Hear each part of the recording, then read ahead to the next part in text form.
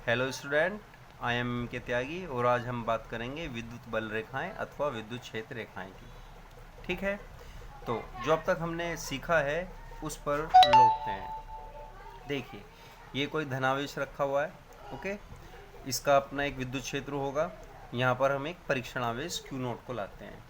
तुम्हें पता है, अब Q नोट आवेश पर ये प्लस Q आवेश प्रतिकर्षण बल लगाएगा, जिसकी दिशा इन दोनों आवेशों को मिलाने वाली रेखा के अनुदिश होगी, ऐसे। ठीक है, तो इस बिंदु पर देखिए, इस बिंदु पर ये जो हमने एक लाइन ड्रॉ की है, ऐसे जो रेखा है, इसी को हम बोलते हैं विद्युत बल रेखा। तो विद्युत बल रेखा का कहने का कारण क्या है? ये वो रेखा है जिस पर किसी परीक्षण आवेश पर लगने वाले बल की दिशा होती है, या दूसरे शब्दों में हम विद्युत क्षेत्र रेखाएं भी बोलते हैं। विद्युत क्षेत्र रेखाएं क्यों? क्योंकि ये रेखा क्या प्रदर्शित कर रही है? ये रेखा इस बिंदु पर विद्युत क्षेत्र की दिशा को भी प्रदर्शित कर रही है, इसलिए हम इनको विद्युत बल रेखा अथवा विद्युत क्षेत्र रेखाएं कहते हैं। अब अगर हम बात करें, हमने एक ऋण आवेश लिया है, नेगेटिव चार्ज, सेम। यहाँ पर हमने एक परीक्षण आवेश रखा, ठीक है जी। तो अब परीक्षण आवेश Q नोट, अब हमें पता है ये ऋण आवेश इस धन आवेशित परीक्षण आवेश को अपनी ओर आकर्षित करेगा, जिसकी दिशा होगी इन दोनों आवेशों को मिलाने वाली रेखा के अनुदिश, इस प्रकार से। ठीक है, तो ये रेखा क्या प्रदर्शित कर रही है? ये रेखा इस बिंदु पर विद्युत क्षेत्र की दिशा को भी प्रदर्शित कर रही है और इस बिंदु पर रखे किसी परीक्षण आवेश पर लगने वाले बल की दिशा को भी प्रदर्शित कर रही है। इसलिए इस रेखा को हम विद्युत बल रेखा अथवा विद्युत क्षेत्र रेखाएं कहते हैं। ओके, तो अब हमारी यहाँ डेफिनेशन क्या बनती है? अब देखिए, अगर ये आवेश मैंने यहाँ रखा था तो चलो हमने पढ़ लिया। अगर यहाँ रखा हो तो क्या कहेंगे? तब लगने वाले बल की दिशा कुछ इस प्रकार होगी। अगर आवेश वो इधर रखा हो तो उस आवेश पर लगने वाले बल की दिशा कुछ इस प्रकार होगी, बाहर की ओर, और ये ऐसे बाहर की ओर। और इसी केस में अगर मैं परीक्षण आवेश को यहाँ रखता हूँ तो इस बिंदु पर विद्युत क्षेत्र अथवा परीक्षण आवेश पर लगने वाले बल की दिशा कैसी होगी? भीतर की ओर। यहाँ रखा जाए तो भी भीतर की ओर, यहाँ रखा जाए तो भी भीतर की ओर।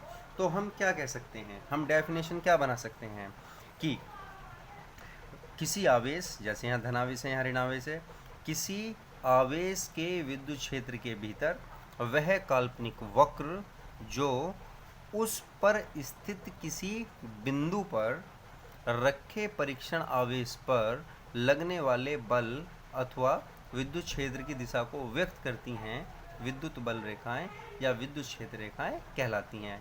ये काल्पनिक रेखाएं हैं, ऐसा तो वास्तव में कुछ है नहीं। ओके, तो ये काल्पनिक वक्र होते हैं और हम इसकी और बहुत सारी बातें हैं जो बारी बारी से आगे डील करते हैं। तो इसकी डेफिनेशन क्या बनती है? ओके, तो इसकी डेफिनेशन क्या बनती है? किसी विद्युत क्षेत्र में विद्युत बल रेखा वह काल्पनिक वक्र है जिसके किसी बिंदु पर, देखते हैं दोबारा, कैसा काल्पनिक वक्र है? जिसके किसी बिंदु पर, कोई सा भी बिंदु ले लीजिए, जिसके किसी बिंदु पर खींची गई स्पर्श रेखा। स्पर्श रेखा कैसे खींचोगे? या तो ऐसे, या फिर इसके स्पर्श रेखा खींचोगे ऐसे। ठीक है, तो खींची गई स्पर्श रेखा उस बिंदु पर, किस पर? जिसकी हम बात कर रहे हैं, उस बिंदु पर परिणामी विद्युत क्षेत्र की दिशा को, जैसे इस बिंदु पर विद्युत क्षेत्र की दिशा बाहर की ओर, इस बिंदु पर विद्युत क्षेत्र की दिशा अंदर की ओर होगी, है ना? तो जिस बिंदु पर परिणामी विद्युत क्षेत्र की दिशा को प्रदर्शित करती हैं, वे काल्पनिक रेखाएं विद्युत बल रेखा अथवा विद्युत क्षेत्र रेखाएं कहलाती हैं। आई होप ये बात समझ में आ गई होगी। ओके, तो ये हो गया हमारा विद्युत बल रेखाओं की डेफिनेशन। अब हम इनकी कुछ प्रॉपर्टी हैं, उनको बारी बारी से पढ़ते हुए चलेंगे।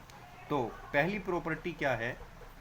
जैसा कि अभी हमने देखा, अभी हमने क्या देखा कि विद्युत बल रेखाएं धनावेश से बाहर की ओर जाती हैं। देख पा रहे हो आप, धनावेश से इन सभी का डायरेक्शन कैसा है? बाहर की ओर। जबकि ऋण आवेश के लिए विद्युत बल रेखाओं की दिशा कैसी है? भीतर की ओर, अंदर की ओर। तो ये हमारी पहली प्रॉपर्टी, पहला गुण हो गया विद्युत बल रेखा का। तो पहली प्रॉपर्टी क्या बनती है स्टूडेंट, यह धनावेश से प्रारंभ होकर बाहर की ओर अनंत तक जाती हैं। ये रहा धनावेश, इससे प्रारंभ होकर कहाँ तक जाएंगी, ये अनंत तक। इसी प्रकार ऋणावेश के लिए अनंत से प्रारंभ होकर ये ऋणावेश तक जाती हैं। ओके, तो ये हो गया हमारा धनावेश के लिए बल रेखा, ये हो गया ऋण आवेश के लिए बल रेखा, जो 1 नंबर का क्वेश्चन बनता है। पेपर में पूछा जाता है कि धनावेश के लिए बल रेखाएं खींचिए, ऐसे खींच देंगे। ऋणावेश के लिए बल रेखाएं खींचिए, ऐसे खींच देंगे। तो ये हमारा यहाँ 1 नंबर का क्वेश्चन बन जाता है। अब हम बात करने वाले हैं विद्युत बल रेखाओं की दूसरी प्रॉपर्टी की। तो देखिए दूसरी प्रॉपर्टी क्या बन जाती है, ऐसा ही बोल सकते हैं विद्युत बल रेखाएं धनावेश से प्रारंभ होकर ऋणावेश तक जाती हैं, क्योंकि तुम जानते हो धनावेश से तो ये बाहर की ओर जाएंगी और ऋणावेश की ओर जाती हैं। तो धनावेश से देख पा रहे हो तुम बल रेखाएं बाहर की ओर है और ऋणावेश के लिए अंदर की ओर है। ओके, तो ये दूसरी प्रॉपर्टी हो गई। यहाँ पर क्वेश्चन ऐसे भी बन सकता है कि द्विध्रुव आघूर्ण के लिए बल रेखाएं खींचिए। तो तुम जानते हो द्विध्रुव आघूर्ण क्या होता है, जब समान परिमाण के लेकिन विपरीत प्रकृति के दो आवेश एक दूसरे से अल्प दूरी पर रखे हों तो वो उस निकाय को द्विध्रुव बोल दिया करते हैं। तो द्विध्रुव के लिए अगर बल रेखाएं खींचने के लिए आ जाए तो हमें ये चीज़ ड्रॉ करनी होगी। ये हो गई हमारी सेकंड प्रॉपर्टी, ये पॉजिटिव चार्ज है, ये नेगेटिव चार्ज। अब बात करते हैं थर्ड प्रॉपर्टी की। तो देखिए स्टूडेंट, नेक्स्ट प्रॉपर्टी है बल रेखाएं अपनी लंबाई के अनुदिश सिकुड़ने का प्रयास करती हैं। इसका मीनिंग क्या है, देखिए जो ये बल रेखाएं हैं ये अपना आप को छोटा करने का प्रयास कर रही हैं। क्यों छोटा करने का, तो ये जो छोटा करने का प्रयास वाली इनकी प्रॉपर्टी है ये हमें दिखाती है प्रतिकर्षण के गुण को। अब जैसे मैंने डायग्राम बनाया हुआ, एक धनावेश ये रखा, एक धनावेश ये रखा है, तुम्हें पता है एक दूसरे को प्रतिकर्षित करेंगी। तो ये ऊपर वाले डायग्राम की तरह एक दूसरे से न मिलकर बल्कि एक दूसरे से दूर जाने की कोशिश कर रही हैं। तो एक तो ये प्रॉपर्टी हो गई। और ये क्वेश्चन ऐसे भी आ सकता है कि अल्प दूरी पर रखे समान प्रकृति के आवेशों के लिए बल रेखाएं खींचिए। तो हमें ये डायग्राम बनाना है, ठीक है। वो कहता है धनावेश के लिए तो ऐसा, और कहता है ऋणावेश के लिए तो डायग्राम ऐसा ही बनेगा। बस हमें क्या करना होगा, ये जो एरो का डायरेक्शन है ये अंदर की ओर करना होगा।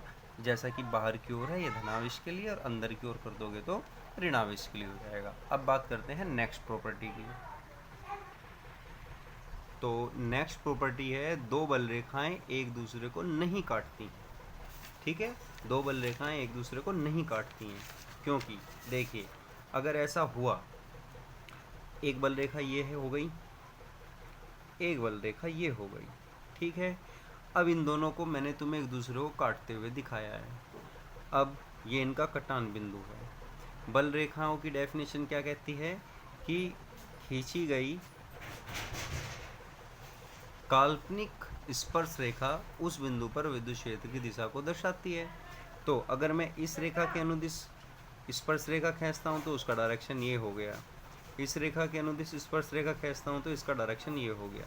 कहने का मीनिंग एक ही बिंदु पर विद्युत क्षेत्र के डायरेक्शन दो हो गए, एक इस ओर एक इस ओर, जो कि असंभव है क्योंकि एक बिंदु पर विद्युत क्षेत्र की दो दिशाएं संभव नहीं हैं। इसीलिए हम क्या कह सकते हैं कि दो बल रेखाएं एक दूसरे को नहीं काटती हैं।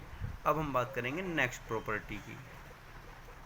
तो देखिए नेक्स्ट पॉइंट है हमारा कि किसी आवेश के लिए बल रेखाओं की संख्या आवेश के परिमाण को व्यक्त करती है।